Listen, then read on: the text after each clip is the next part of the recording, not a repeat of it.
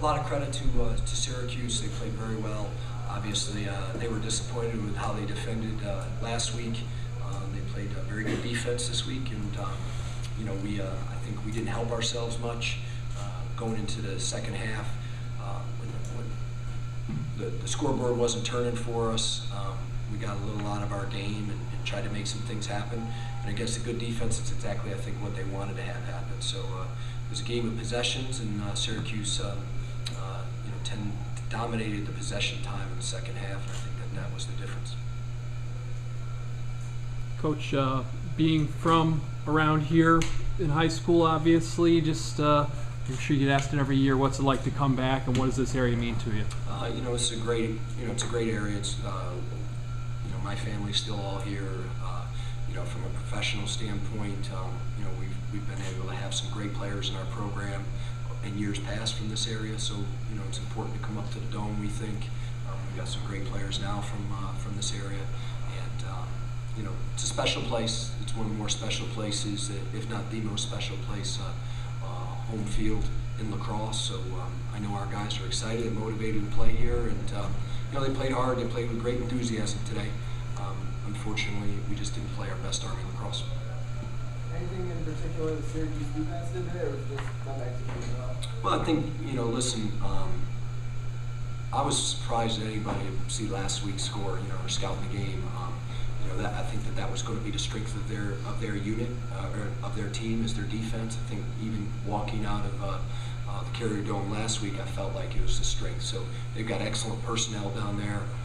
They coach them up very well, and you know, I think where we just faltered was we weren't patient enough. You know, against a team like that, you're just not going to get that first opportunity that often. You got to work for one, and you know, work for the best opportunity instead of the first one. And I think at times we settled for the first one. It was good back and forth battle between Sam and Balboa. What made the goal so effective? Well, I think it was quality of shots in both of them. I think Sam took a couple off the board for us, but you know, what the defense did, particularly, I was very proud of the defense. I thought that they played about as well as we have all year, maybe about as well as we've played in a long time, just because of the amount of possessions that Syracuse had, and Sam was shutting the door on them, and I think that the D did a good job of giving them good quality shots to see early on. Somebody's on their hands, chopping on the hands, maybe some from distance, and then Sam was able to pick up some mistakes for us too. So you know, he was very good, and I think Bobby's a very good goalie also for Syracuse. But I do think it was about the same sort of thing. You know, the Syracuse defense played very well, and there wasn't a lot of quality shots getting to the goal. Sam, what did you see out there? Well, I thought our scout team gave our defense a great look all week. We knew Buckley and our other close D weren't going to get beat off the ball, so our D middies and our long poles were playing tight on the crease, and we know Cuse likes to stuff it into the crease. My D was giving me shots with low angle, and they were getting on their hands, taking a couple miles per hour off the shot. So I was happy with what our D did. I thought they made the saves that made it a lot easier to save. And what's your mindset when you've got a game like that where you're just making stop after stop after stop? Does that give you a lot of confidence in the defense? What's going on? Yeah, you know, after every possession we get together, talk about what happened, we get a goal, talk about what went wrong, and just stay composed. And our D was, I think we were mentally tough today. We had a lot of long possessions, and my defense did great today. Here, the streak comes to an end today. What was Brian McGill doing so well against you?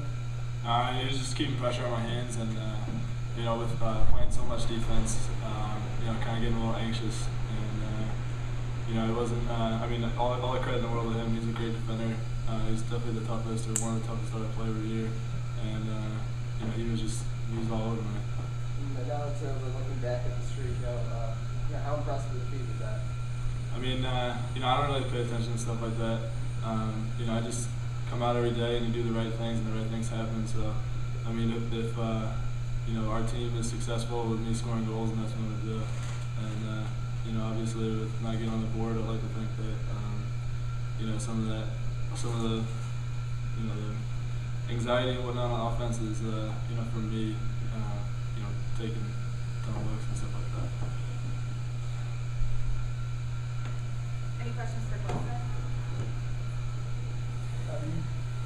one of the only guys that beat the defense, Syracuse defense today. What went right on your goal? What went right pretty much was they didn't really have a slide coming that fast. You know, sometimes they break down a little bit for a split second. I got my hands free and was able to finish it. So. John Brandon didn't start last week. Were you just kind of surprised to see him out there on you right at the get-go? No, our coaching staff figured that he would guard me pretty much because he's played up top before and he's also played down low. So I mean, in some of our offenses I go up top, some of them I'm down low. So they figured with their best athlete on defense to be covering them.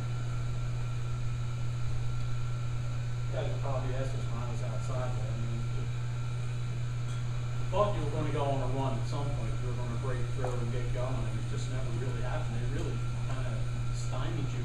How surprised were you? I mean, it's a team that gave up 16 goals last week and didn't look like it could tie its shoes against Albany, and now all of a sudden they're playing probably the best defense I've seen them play in maybe forever. I mean, what was going on out there?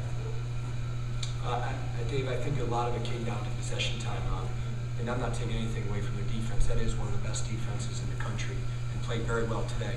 I think their offense was a big part of their defense too. If you look and track the possession time, which we will tonight and tomorrow, I would put that fairly close to 2-1. You know, if they didn't have 40 minutes of possession time, it was pretty darn close to it. So I think that makes it a little bit easier on their defense, which again is extremely talented, to play D when you're not doing it for very long periods of time. And they made some great plays, got on our hands, forced some turnovers, and then we kind of added to it a little bit, throwing a few key possessions in the third quarter away, you know, where we never really got a chance to work them and exploit them.